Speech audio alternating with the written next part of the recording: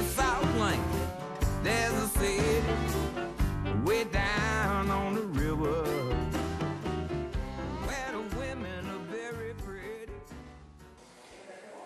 Very much so. During that time, between those two titles you just mentioned, I didn't really give up drawing. I always kept on drawing, but of course it was never for a big feature. So I would do, I would help out on a sequel to Bambi that was animated in Sydney. I was down there for 6 months.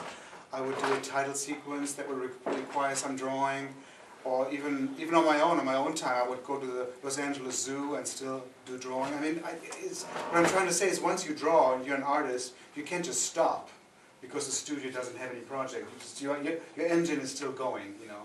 So I've always kept myself busy, and of course, once John Lasseter announced that we're back doing full-fledged features, that was one of the biggest days of my life, obviously.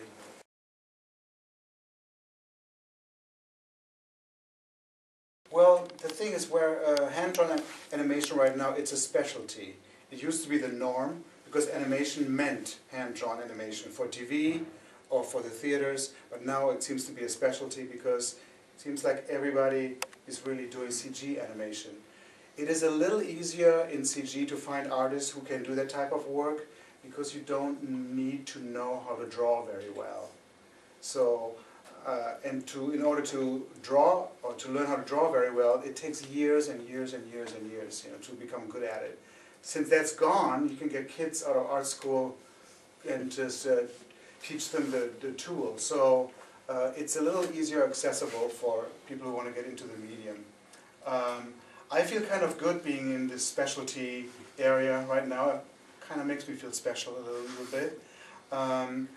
Where it's going to go from here, I do feel that Princess and the Frog is finding an audience. We've had wonderful feedback from the States and from the countries that it has opened, and hopefully it'll give people a sense of nostalgia, because so many people grew up with the old Disney classic films or some of the films that I was involved with, and maybe they will take their kids who have never seen a hand-drawn film on the big screen, and it'll spark some enthusiasm, you know, for the next generation of audiences.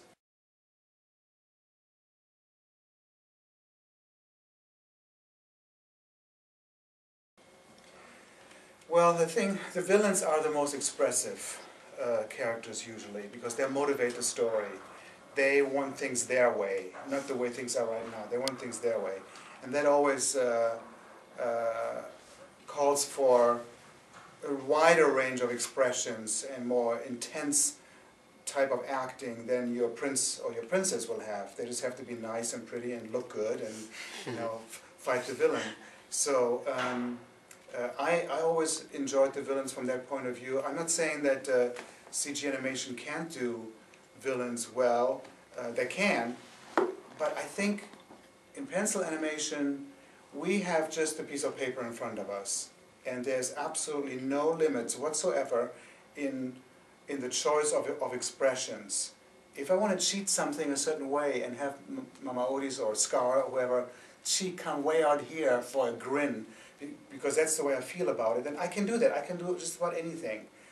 The computer animators tell me that sometimes they feel limited in terms of what they can do with the expressions, because they get this electronic puppet put in front of them, and there's only a certain range of facial expression that this puppet does, and if they want to go beyond that, they can't.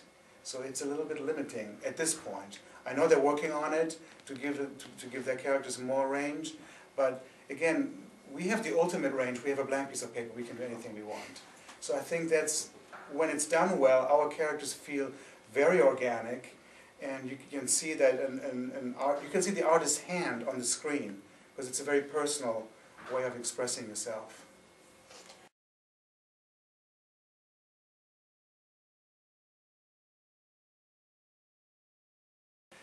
Well, I personally love seeing things very clearly in HD, 1080p. I love all that stuff. I feel like this was all invented for me, because I'm all for clarity of pictures and beauty of colors and purity, you know. Especially when you live with the American NTSC system for so many years, which is really trashy. So you switch to HD, and it is just an absolute joy. It takes you really into the film or into the documentary or whatever you might be watching. So to take these new technologies that we have right now and go back to the Disney negatives, which are stored underground, temperature controlled, but even there they're starting to fall apart. So something really had to happen to save them. And we had to make digital files of these films. We had to, in order to save them. But then you look at them and you find all kinds of dirt and scratches and things that really shouldn't be there. The colors also have changed, and you just start wondering, what if you create a pristine version of that film, you know, without all the dust and scratches. Even things like cell flashes, which some of you might not even have heard that term, but especially when you look at it in HD. I mean, you know that these old films were filmed with backgrounds, hand-painted backgrounds, with flat colors, and then a cell on top. Now a cell is shiny and a little wavy, and when the light comes onto the cell, in some of these frames you see the reflective effect, and you see scenes that just shimmer, you know, when you really look at it. When you see it on film, in the old-fashioned film with film grain, it doesn't show up as much because film grain hides a lot. But if you see it in HD, it does all kinds of stuff, and you think like, well, that probably is something that they didn't intend to have there. So we take those out, you know. But we have long discussions about what to take out and what not to take out. We take out painting mistakes. Painting mistakes are things like, I just do a thing like this, and the painter thought that this was actually a sweater, the shape of the sweater, but it's actually part of a finger, you know. And you see those painting mistakes a lot, even in some of the classic movies, you know. And you know it's something that it's a mistake, that should be flesh. So we would go in and paint it flesh color, you know, so it doesn't flash in dark brown, you know. But we talk long and hard about what to restore and what not to restore. I'll give you one more example, then went all the way to the top in terms of what we should do about it. In the movie Bambi, at the end of the movie there's a big forest fire. And all the animals come and save themselves on in this little island in the lake. And you see some of the animals arriving, and there's a raccoon mother. She has two raccoon babies that she's carrying. She puts one down, and then she puts down the other, but the first one pops off, disappears, you know. They forgot the cell level, it's not there. Well, especially in HD, you really see that. So, my goodness, did we talk about it? Well, but it's a classic mistake, you know, maybe it should say classic. And then they really didn't know what to do about it. They said, well, maybe we should ask Walt Disney's daughter. Maybe she can give us. So they called Diane Disney Miller up in Northern California and asked her, what would your dad have done?